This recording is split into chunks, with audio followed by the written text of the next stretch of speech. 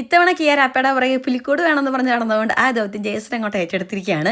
ഒരു പഴയ സ്റ്റൂളിൽ ഒരു 4 കമ്പം വലിച്ചു ചുറ്റി കെട്ടി ഈ സാധനം അങ്ങോട്ട് ചുറ്റി ചുറ്റി എടുത്തിട്ട് ട്രീ ആകും. ഇത് എന്തോരം വേണമെന്ന് അറിയാമോ? എത്ര ചുറ്റിയാലും നമ്മുടെ സ്റ്റൂൾ അങ്ങോട്ട് കവർ ചെയ്ത് കിട്ടത്തില്ല. പിന്നെയും പോയി സാധനം മേടിച്ചിട്ട് നമ്മൾ ചുറ്റി അത് കവർ ചെയ്തെടുത്ത് സെറ്റാക്കി എടുത്തിട്ടുണ്ട്.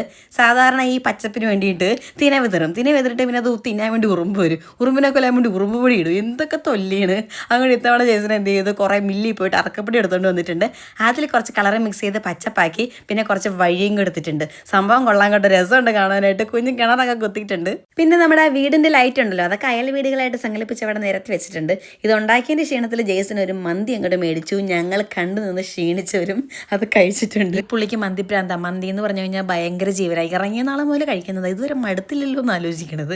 നമ്മുടെ പുൽക്കടി ഇങ്ങനെ കാണാനായിട്ട് രാത്രിയിൽ നല്ല രസമുണ്ട് കേട്ടോ. ആ വീടിൻ്റെ ലൈറ്റൊക്കെ കാണാനായിട്ട് ഒരു റാന്തൽ വിളക്കും കൂടി അകത്ത് വെച്ചപ്പോഴത്തേക്ക് നല്ല രസമുണ്ട് കാണാനായിട്ട്. ചെറിയൊരു നേരിയ വെട്ടം. അങ്ങനെ ഞങ്ങളുടെ ഉണ്ണി പിറന്നു കേട്ടോ. ഉണ്ണി ഉറങ്ങുക.